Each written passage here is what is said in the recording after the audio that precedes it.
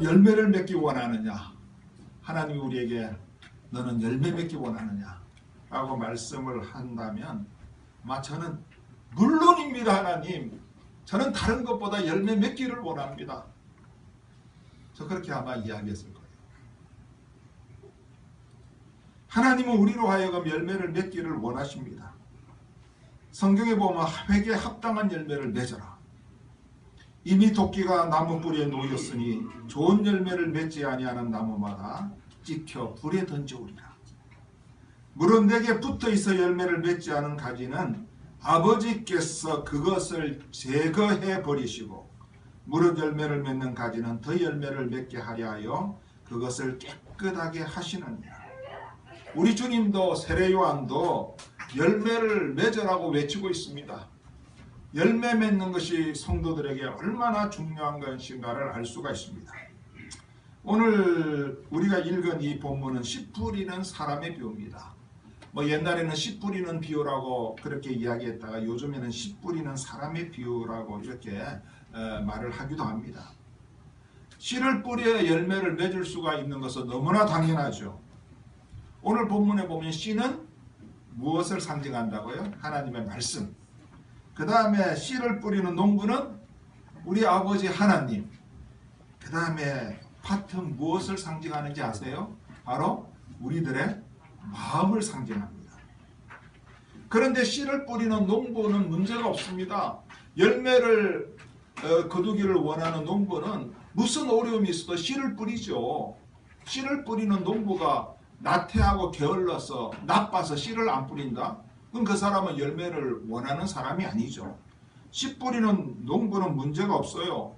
농부를 하나님으로 비유를 하고 있죠. 농부는 열매를 위해서 씨를 정성껏 너무나 당연하게 뿌립니다. 그러므로 농부는 문제가 없습니다. 자, 씨는 문제가 있습니까? 씨도 문제가 없습니다. 씨는 뭐예요? 하나님의 말씀인데 하나님의 말씀에 무슨 문제가 있습니까? 그렇다면 씨를 뿌리는 농부도 문제가 없고 씨도 문제가 없으면 반드시 열매가 맺게 되는 거죠. 그런데 왜 열매를 맺지 못하는 일이 많을까요? 왜 열매를 맺지 못하는 거죠? 한번 생각해 보세요. 그렇다면 어디에 문제가 있을까요? 바로 맞습니다. 바로 밭에 문제가 있는 것입니다. 밭인 우리들의 이 마음이 열매를 맺는 데 있어서 열매를 어떻게 맺느냐, 그러한 부분에 있어서 가장 중요하고 결정적인 영향을 미칩니다. 무엇이요? 우리들의 마음밭. 이게 굉장히 중요한 거예요. 여러분, 복음을 전하는 사람이나 말씀을 설교하는 목회자가 중요하긴 합니다. 제가 지금 중요하긴 합니다. 말씀을 전하고 있기 때문에. 그러나 대부분의 복음 전도자나 설교자는 하나님의 말씀을 전합니다. 다른 거 전하지를 않아요. 물론 간혹 가서는 하나님 말씀 대신에 이상한 거 코미디처럼 이렇게 이야기하기도 하는데 대부분 다 복음 전도자나 설교자는 하나님 말씀을 전해요. 하나님의 말씀이 아닌 것을 전하거나 말씀을 왜곡되이 전한다면 그 사람은 전도자나 설교자가 아니죠. 그 사람은 뭐예요? 이단입니다. 이단의 교주죠. 복음 전파자나 설교자, 설교하는 목회자의 지식이나 능력이나 외적인 조건은 아무 문제가 안 돼요. 제가 나이가 늙었다 그래도 문제가 안 되고, 제가 젊었다 그래도 문제가 안 되고, 제가 말을 더듬더듬 오늘 분이 이렇게 해도 문제가 안 됩니다. 제 지식이 있든 없든 문제가 안 돼요. 제가 잘생겼든 못생겼든 문제가 안 됩니다. 외적인 조건이나 그 사람의 능력은 문제가 안 돼요. 왜? 그들은 하나님을 대신해서 하나님의 말씀을 선포하는 메신저, 즉 도구에 불과하기 때문에 그렇습니다. 그분들은 다 말씀을 전하기 전에 기도해요. 미국 가서 공부하고 온 유명한 박사 목사님도 설교 전하기 전에 기도하고, 지하에 있는 조그마한 교회 목사님도 설교 전하기 전에 기도합니다. 하나님 저에게 은혜를 주셔서 하나님 말씀을 그대로 잘 전하게 해달라고 기도해요. 다 성령의 도우심을 구합니다. 저도 성령의 도우심을 구하고 이 자리에 올라왔어요. 수만 명의 교회에서 설교하시는 목사님도 성령의 도우심을 구하고, 그냥 적은 교회 하는 저도 성령의 도우심을 구하고, 농촌에서 설교하시는 목사님도 성령의 도우심을 구합니다. 설교하기 전에. 나는 하나님의 도구로서 말씀을 잘 전하게 해달라고 하나님 앞에 간절하게 다 기도합니다. 그러므로 큰 교회 목사님이든 작은 교회 목사님이든 농어촌 교회 목사님이든 학벌이 좋든 안 좋든 복음 전파자 설교자는 말씀을 전하는 나팔, 도구에 불과하다는 말씀입니다. 이거 잘 들어야 됩니다. 구약의 선지자들도 그랬습니다. 구약의 선지자들 말이죠. 직업을 보니까 옥나무 치는 농부를 비롯해가지고 별의별 직업을 갖고 있는 사람이 있습니다. 유명하게 배운 사람들이 많지가 않아요. 신학에 보면 말씀의 전파자들도 그랬습니다. 바울도 그랬고 베드로도 그랬습니다. 그들은 복음, 즉 말씀을 전하는 일에 그저 충실했을 따름입니다. 어떤 사람들은 목사님의 설교를 평가를 합니다. 저 목사님 참 잘한다. 못한다. 그래 맞아. 역시 큰 교회 목사님이니까 설교가 다르구나. 적은 교회 목사님이니까 역시 설교가 은혜가 안 되는구나. 내가 예배 시간에 은혜를 받지 못한 것은 목사님의 설교가 좋지 않았기 때문이라고 생각하기도 하는데 그것은요 성경적이 아니에요. 그것은 잘못 생각하고 있는 것입니다. 예수님은 지혜와 성령이 충만했습니다. 하나님의 아들이십니다. 성경에 보면 하나님께서 예수님께 성령과 능력을 기름 붓듯 하셨습니다. 막 퍼부어 주셔서 하나님 이 예수 그리스도에. 그러나 어땠습니까? 예수님의 말씀을 들은 자 중에서, 예수님이 기적을 베푸실 때 그 기적의 체험자 중에서 수많은 예수님의 말씀을 들은 사람들 중에서 예수님의 말씀을 받아들이지 않고 거역하고 드디어는 예수님을 십자가에 못 박게 해달라고 외친 사람들이 얼마나 많았습니까? 예수님이 성령이 충만하지 않아서 그런 결과가 나왔습니까? 예수님의 말씀에 능력이 없어서 그런 결과가 나왔습니까? 그랬습니까, 여러분? 예수님이 기도하지 않아서 그랬습니까? 한번 생각해 보세요. 바울도 마찬가지입니다. 바울이 복음을 전하고 하나님의 말씀을 가르칠 때 다 믿고 회개했습니다. 다 믿고 회개했습니까? 유도구처럼 너무나 졸아가지고 다락에서 떨어져 죽은 사람이 생겼어. 바울의 설교가 능력이 없어서 그랬습니까? 바울이 기도하지 않아서 그런 결과가 나왔습니까? 바울의 설교를 듣고 바울을 고소하고 옥에 가두고 죽이려고 했던 사람들이 많았습니다. 바울이 설교할 때 성령 충만하지 않아서 그랬습니까?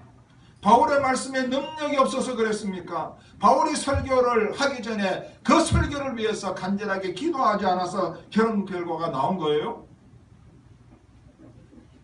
여러분 다시 한번 제 질문을 잘 생각해야 됩니다. 베드로도 그랬습니다. 사도행전에 보면 교회가 설립될 초기에 베드로가 외칠 때 3,000명이 회개했습니다. 그렇다고 베드로가 자기 인생 끝날 때까지 외칠 때마다 수천 명이 회개하는 역사가 일어났습니까? 도리어 베드로가 설교할 때 베드로를 배척하고 거역하고 베드로를 감옥에 가두고 죽이려고 했던 사람들이 많았습니다. 왜 그랬어요? 베드로가 성령 충만하지 않아서 그랬습니까? 베드로가 능력이 떨어져서 그랬습니까?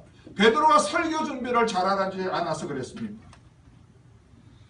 제가 왜 지금 이 말씀을 흥분해서 말씀하고 있는지 그 이유를 아십니까, 여러분?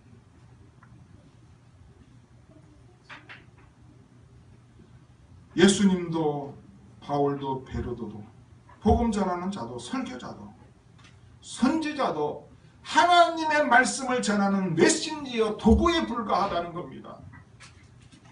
이들은 하나님의 말씀을 바로 전하는 한 이들은 자기의 사명을 충실하게 감당하는 거예요. 그렇다면 메신저도 문제가 없고 이들이 전하는 하나님의 말씀도 문제가 없다면 도대체 무엇이 문제라는 말입니까? 오늘 바로 밭에 비유되는 우리들의 마음이 가장 큰 문제라는 겁니다.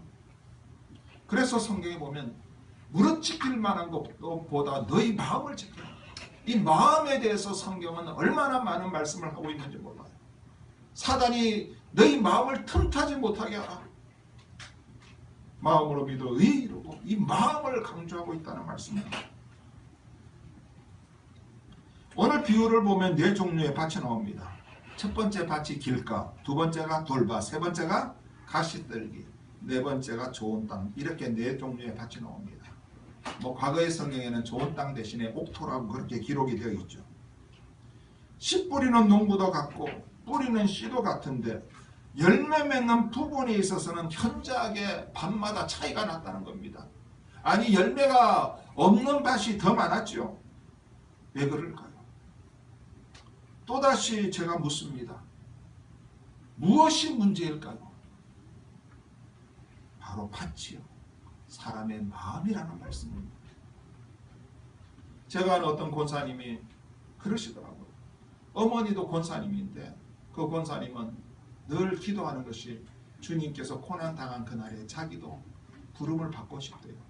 고난당하고 제 십자가에 달려 돌아가실 때 자기도 부름을 받고 싶다고 늘 기도하시는 분인데 실질적으로 고난 주간에 앉아서 집안에서 기도하다가 계속 부름을 받았어요.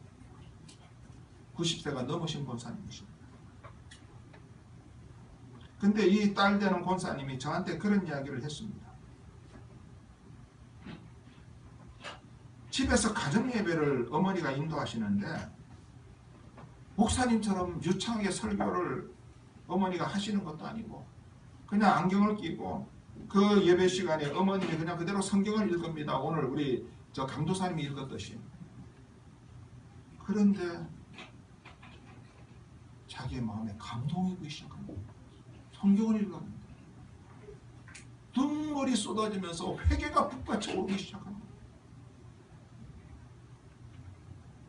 여러분, 어머니는 하나님의 말씀을 그대로 전한 도구에 불과했습니다. 성경은 누구나 다 보고 읽는 이 성경입니다. 다른 성경이 아니에요. 그런데 왜 감동이 있었습니까? 바로 그 예배에 참석한 따님 권사님의 마음이 좋은 땅이었기 때문에 그렇습니다. 오늘 성경이 지금 그걸 말하는 거예요. 주님이 길러.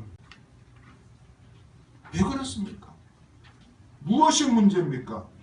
바로 제 자신의 마음밭이 문제였던 거예요. 말씀을 듣는 내 마음의 자세, 말씀을 기대하고 사모하면서 오늘 하나님이 나에게 말씀을 주시겠지. 나에게 주시는 하나님의 말씀이야. 이 말씀을 내가 받아야지. 그런 마음의 자세를 가지고 설교를 들었는가 안 들었는가에 따라서 달라졌다는 것입니다. 여기 백화점이 있습니다. 롯데백화점에서 옷을 하나 사려고 보니까 옷 하나가 10만 원이 넘어. 안 사고 나와서 건너편에 도곡시장에 들어갔습니다. 골목시장에 들어갔는데 똑같은 옷이 10,000원이야. 자, 백화점에서 10만 원 하는 거 건너편에서 10,000원 하는데 편의점에 어떻게 해야 될까요? 편의점에 사고 싶은 옷이 백화점에 10만 원 비싸서 못 샀는데 그 건너 골목시장에 가니까 10,000원에 어떡하겠어요? 네? 사야지. 그런데 요 사람들의 마음이 나빠가지고 안 사. 10,000원짜리를 깎기 시작하는 거예요. 9,000원에 해줘요. 8,000원에 해줘요. 똑같은 제품입니다. 그 사람의 마음이 문제예요. 오늘 우리가 큰교회 목사님의 설교를 들을 때는 아멘 아멘 하고 그 분위기도 막 그냥 아멘 하지 않을 수 없는 분위기고 마치 내가 은혜 안 받는다고 생각하면 나는 죄인이 되는 같은 분위기야. 그러나 처음에 들어와가지고 하나님 말씀을 들었는데 우리 마음의 자세가 벌써 틀려져. 아이고 저건 왜? 그 목사님의 설교가 뭐가 아니가 있을까?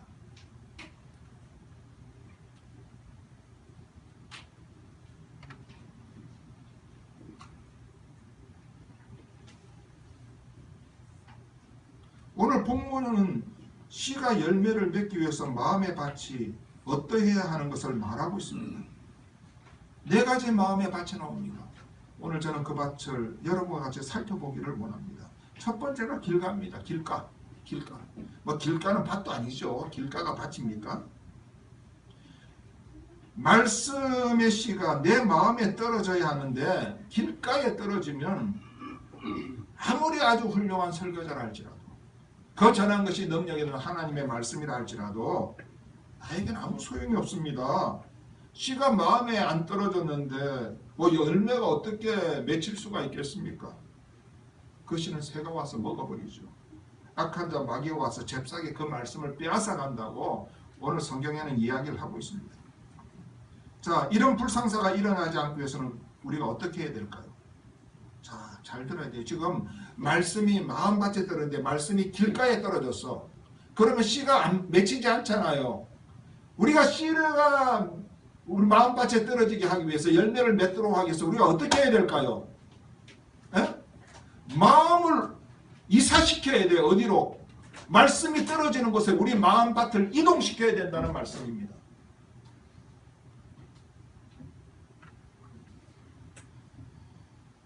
저 어느 날 이 말씀을 묵상하는데 제 속으로 그럼 길가밭은 어떻게 해야 되는 거나? 어떻게 되긴 말씀이 떨어지는 곳으로 내 마음밭을 이동시키면 되지.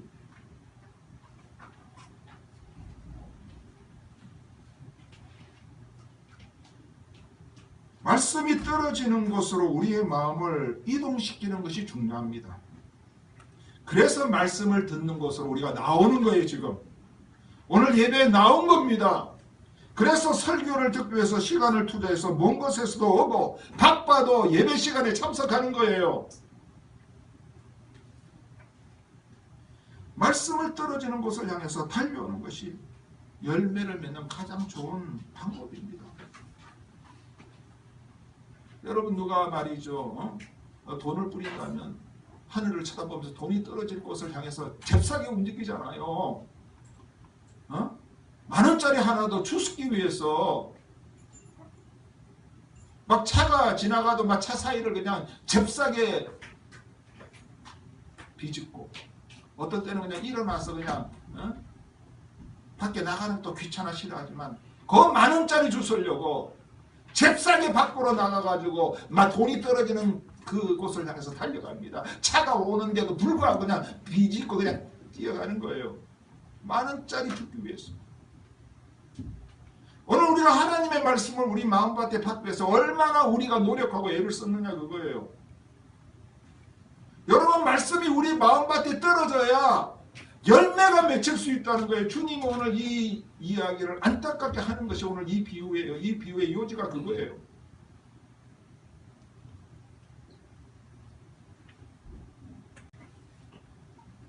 또 흙이 얕은 돌밭과 같은 마음밭이 있습니다.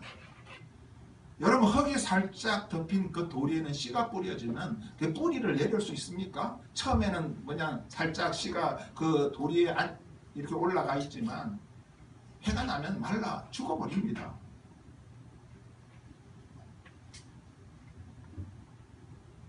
흙이 깊지가 않기 때문에 씨가 떨어지긴 떨어졌지만 열매하고는 거리가 멀어요. 자, 그러면 이런 경우에 어떻게 하면 열매를 맺을 수 있을까요? 한번 생각을 한번 해보세요. 어떻게 하면 열매 맺을 수 있어요? 돌밭에 내 마음이 돌밭이라고 포기할까요? 어떻게 하면 열매를 맺을 수 있어요? 생각을 해야 됩니다. 우리가 하나님의 말씀을 읽으면서 묵상을 해야 돼요. 그럴 때 하나님의 음성을 들을 수가 있어요. 어떻게 하면 돼요? 응? 돌을 없애버리면 되지. 돌을 파내버리면 되지. 돌을 걸러내는 겁니다. 힘들지만 열매를 맺으면 이 돌을 파내고 걸러내는 방법밖에 없어요. 여러분 열매를 맺지 못하게 만드는 내 마음의 돌들은 뭡니까? 교만. 어떤 분은 목사님 나는 이제 돈도 다 잃었고 나는 이제 명예도 없고 나는 이제 교만하지 않습니다. 나는 이제 겸손합니다. 그렇게 말하는데 다 권력도 잃어버리고 돈도 잃어버리고 이런 사람들이 더 조심해야 될 돌이 있어요. 그게 뭔지 알아요? 고집이에요. 고집. 고집이 세. 고집은 돈 없어도 권력 없어도 그 밑에 고집이 딱 있는데 철거머리 붙어있듯이 그냥 안 떨어져. 이 고집이 하나님이 얼마나 싫어하는지 아세요? 말씀도 안 들어. 고집이 세요. 내 자존심, 내 자만심 이런 것들이 내 마음의 돌돌입니다. 열매 맺지 못하는 나무는 찍어서 불에 던진다고 했잖아요. 그래서 저는 하나님 앞에 나 열매 반드시 맺어야 된다고 난 그렇게 늘 생각하는 거예요. 열매 맺지 못한 나무 찍어서 불에 던지는데 내가 찍힘을 받기 싫고 불에 던지움을 당하기 나는 싫어요. 나는 하나님이 기뻐하시는 많은 열매를 맺고 싶어요. 난 욕심이 있어요.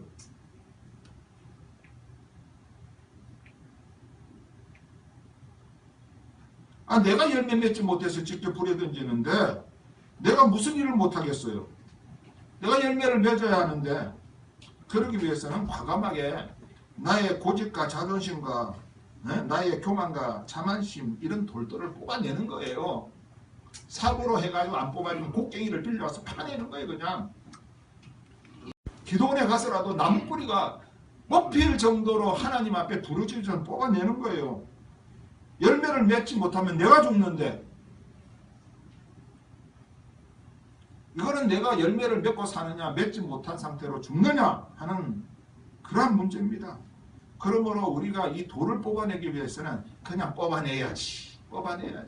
그래 뽑아내면 좋은데 아버지여 뽑아내 주시옵소서. 뻑뻑 졸고 주여 뽑아내 주시옵소서. 뽑아집니까? 죽기 살기로 뽑아내야 돼요.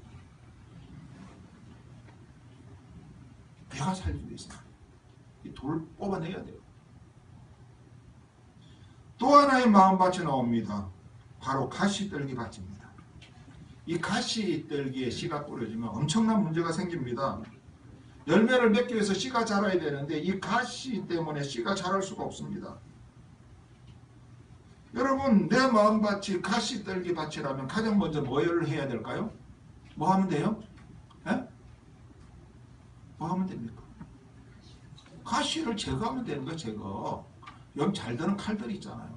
가시를 제거해내는 거예요. 이 가시떨기를 오늘 읽은 성경 22절에 보면 세상의 염려와 재물의 유혹이라고 말씀하고 있습니다. 그렇죠? 그렇게 나와 있죠. 22절에. 세상의 염려가 우리로 하여금 열매를 맺지 못하게 합니다. 우리가 살아가면서 염려하지 않을 수는 없어요. 저도 염려가 많아요. 그러나 그 염려가 우리의 생각을 지배하고 우리들의 삶을 지배하게 해서는 안 된다는 말씀입니다.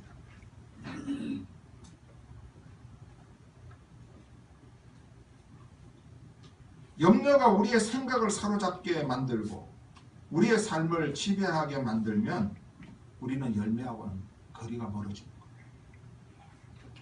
그러므로 염려를 제거하는 가장 좋은 방법 제가 알려드릴게요. 그것은 염려를 주님께 패스하는 거예요. 패스. 제가 늘 이야기하잖아요. 농구도 그렇습니다. 자기가 잘한다고 다 이러고 있으면 상대방 선수들이 이 브로킹 하잖아요. 이거 봤어요? 빨리 패스해야 돼. 축구 선수도 공 가지고 이렇게 하면 상대방 선수들이 달라붙고 태클을 하잖아요. 그래가지고 아킬레스건이 끊어지기도 하고 다치기도 하잖아요. 그건 상대방 선수가 오기 전에 빨리 자기 편한테 패스해줘요. 패스. 여러분 6월절에 재앙이 넘어갔잖아요. 그게 영어로 패스 오버입니다. 패스 오버. 위로 농구할 때 우리 막 그냥 이렇게 상대방 선수들이 막으면 우리 편 선수한테 공을 이렇게 높이 해가지고 포물선을 그리고 이렇게 던져줘. 그게 패스 오버입니다. 오버.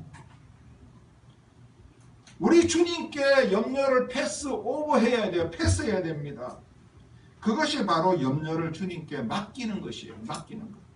괜히 우리가 들고 있다면 마귀가 사단이 우리를 태클하고 들어옵니다.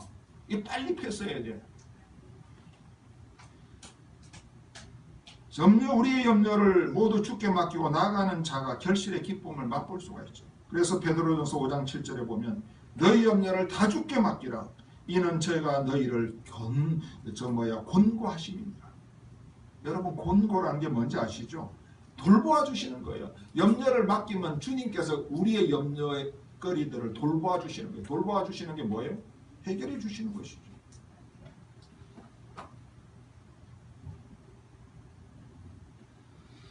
저는 제 낙이 뭔지 알아요?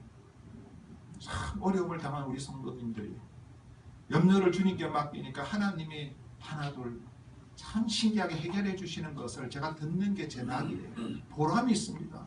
그런 이야기를 들으면 하나님께 감사가 나오고 얼마나 하나님께 참 영광을 돌리게 되는지. 얼마 전에도 우리 교회 오시는 어느 집사님한테 제가 말씀을 들었습니다. 얼마나 그분이 어려운 건지. 그러나 목사님 이런 일이 있었습니다. 이야기를 하는데 깜짝 놀랐습니다. 근데 그분을 보면 정말로 그분은 염려해야 될 분인데도 불구하고 우리 주님께 하나님께 그 염려를 패스하는 모습을 제가 볼 수가 있었거든요. 주님께 패스하니까 주님이 해결해 주시죠. 그분은 오늘도 여기 와 앉아 계십니다. 수요 예배, 금요 예배 나오시고 또 새벽 기도 나오시고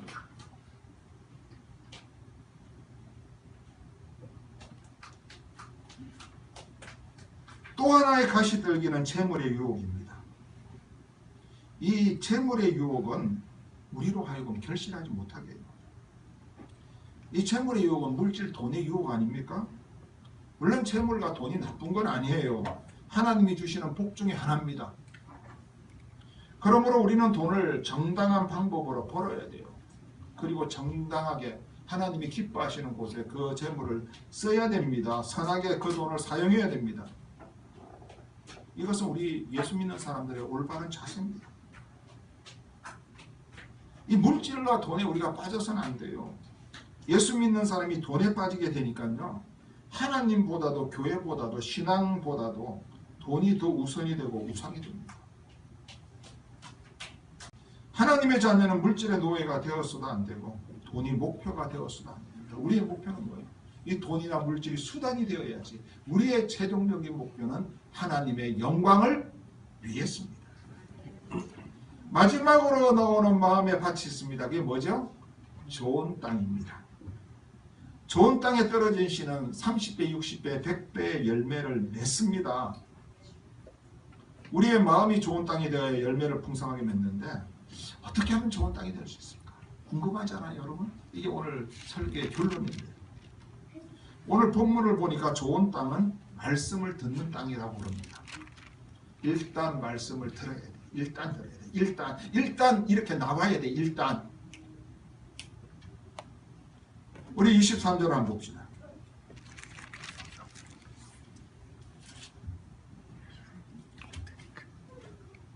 마태복음 14장 23절 여러분 성경이 있죠. 한번 다 같이 읽읍시다. 좋은 땅에 뿌려졌다는 것은 말씀을 듣고 깨닫는 자니 결실하여 어떤 것은 100배, 어떤 것은 60배, 어떤 것은 30배가 되느니라. 말씀을 듣는 기회를 많이 가져야 돼요. 여러분 애들이 그 말을 따라 하잖아요. 나중에 태어난 애가 엄마, 아빠 그러다가 할아버지 이렇게까지 해요. 여러분 그렇게 되기까지는 얼마나 엄마, 아빠와 다른 사람들의 말을 들었는지 몰라요. 여러분 어느 짧은 시간에 들어서 되는 게 아니에요. 수많은 시간들 이걸 듣는 거예요. 어린아이들이. 그렇기 때문에 엄마, 아빠가 나오는 거예요. 여러분 하나님의 말씀을 듣고 열매를 맺기 위해서는 자꾸만 듣는 자리로 나와야 돼. 나와야 돼. 말씀을 듣지 않는다는 것은 씨가 마음에 뿌려지지 않는 것과 같습니다. 듣지 않으면 열매를 맺을 수가 없죠. 그래서 로마서 10장 17절에도 믿음은 들음에서 나고 들음은 하나님의 말씀에서 난다라고 이렇게 분명하게 말씀을 하고 있어요. 그러므로 계속 하나님의 말씀을 들으면 믿음이 자라나게 돼 있습니다. 믿음의 열매를 맺게 돼 있어요. 듣는 것을 중요하게 생각하지 않는다거나 들으려고 하지도 않는다거나 듣는 기회를 붙잡지 않는 사람은 열매가 안 맺혀. 죄송하지만 믿음의 성장이 있기가 힘들다는 것입니다. 그 사람은 점점 죄송하지만 아무리 예수 믿은 지 오래돼도 열매하고는 거리가 점점 멀어진다는 거예요. 안타까워요. 또한 좋은 땅은 오늘 본문에 보면 말씀을 깨닫는 땅입니다. 말씀을 깨달아야 합니다. 깨닫는다는 것은 단순히 몰랐다는 사실을 객관적으로 알게 되는 것만을 말하는 게 아니에요. 파란색에다 노란색을 쓰면 무슨 색이 되죠? 초록색이 된다는 사실을 아는 것에 머문다면 그것은 깨닫는 것이 아니죠. 거기서 더 나가야 돼요. 깨닫는 것은 자기의 주관적인 감정의 변화가 나타날 수가 있습니다. 깨닫게 되면. 어떤 때는 감동이 일어나기도 합니다. 어떤 때는 눈물이 나오기도 합니다. 어떤 때는 마음에서 결단과 결심이 솟아나오기도 합니다. 그 사람의 성품이 변화를 가져오게 됩니다. 그 사람의 인생의 방향이 바뀌게 됩니다. 깨닫게 됩니다.